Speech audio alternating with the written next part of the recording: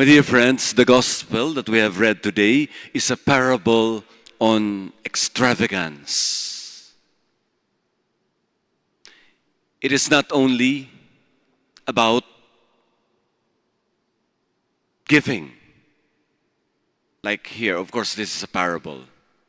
It's a very exaggerated parable, and with very exaggerated metaphors, but so simple. So it's not only about extravagance,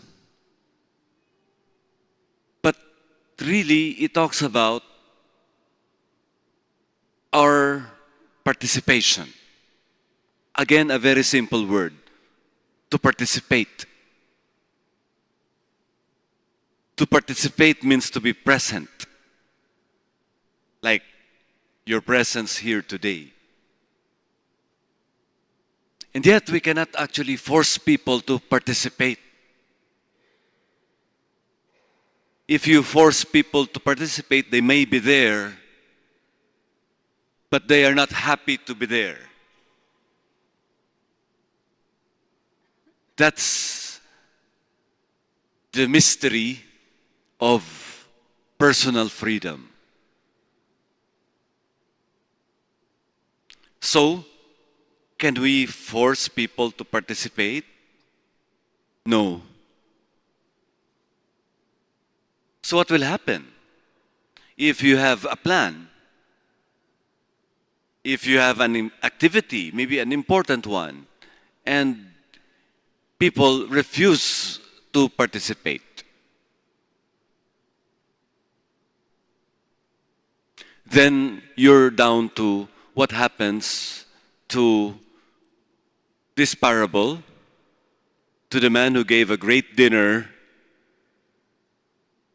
and yet was refused. You see, this is an important parable because other parables will tell us to be generous, to give to the poor, to take care of the sick. Like the parable of the prodigal son. So all will motivate us to do something for the least. But this one, it's just extravagance. And yet, it is refused.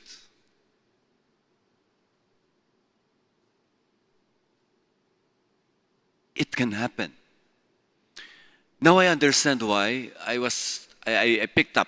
You see, values are really caught and not taught. So one of those I picked up was from our old priest then. He died already. He's Father Thomas Lopez Francisco. He's not a saint like Charles Borromeo, whose memory we celebrate today. But his teachings, I caught up one of his teachings. I caught one. I could say I was his favorite. I was his favorite because he taught me the formula of a party, it's a mixture of a party cocktail. He said, "Come here, I will teach you." That's not the virtue, of course. "Come here, I'll teach you." He wanted me to be a party man. I will teach you the formula of this cocktail called old-fashioned. I like the name old-fashioned. He said, it is the drink of polite society. Something like that. So he taught me how to mix a certain type of whiskey with ice and sugar and some other secret formula for the taste. Loved by the Spanish friars. So when people come, when friars gather, he would be so proud because they expect him. He's the only one who knew the formula. And now he announced to them that I already knew the formula. You see, I'm the bearer, and I have not yet taught anybody. Maybe when I grow older, a little more, like maybe 15 years more, or 10, I will teach the formula to another friar. It's a wonderful thing.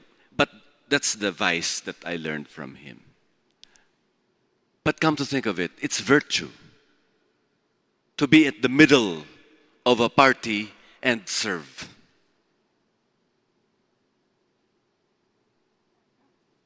And he named that virtue, and he said, when he got serious, not just about teaching me the formula for a cocktail, he said, "You're a young priest." I was a young priest then. "If you want to stay longer in the ministry, do not be sneaky." That's the only lesson I learned from him, come to think of it. He was our second provincial. Don't be sneaky. At first, I did not understand. I had to look up the dictionary. What does he mean by sneaky? And sneaky actually means do not be concealing yourself.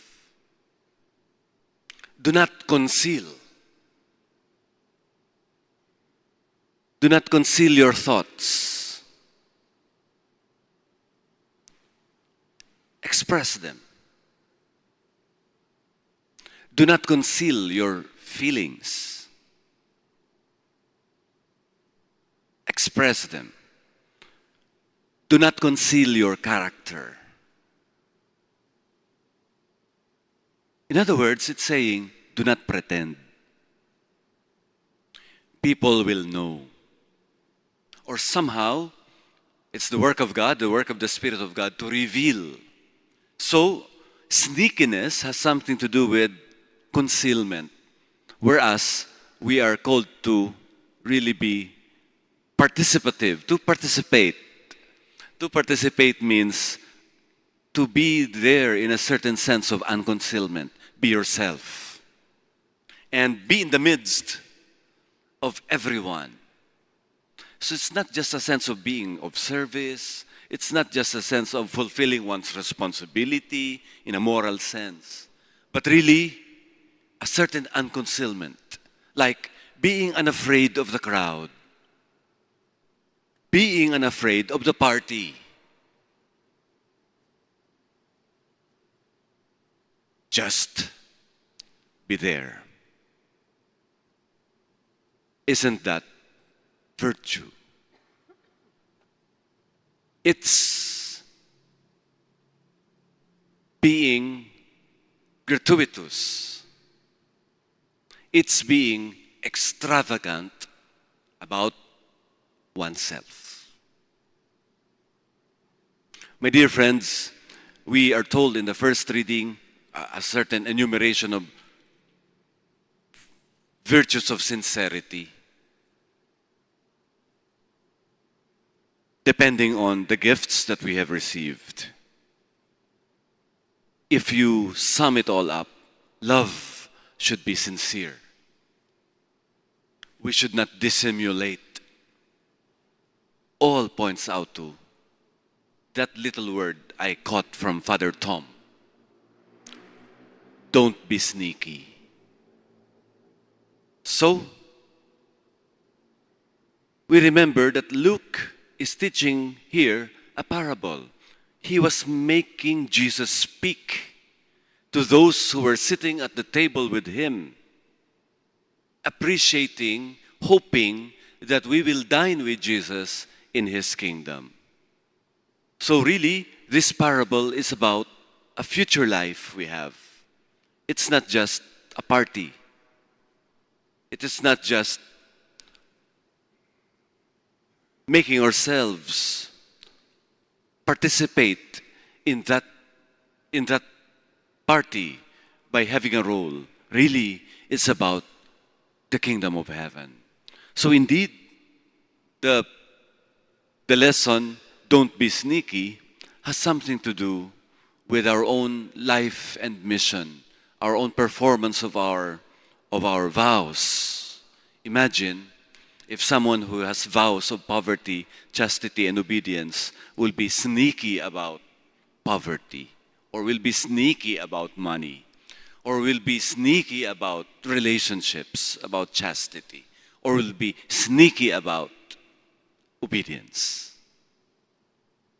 My brothers and sisters, let us pray that as we learn from the first reading from this great parable in the gospel today, we too may learn that virtue of voluntary participation.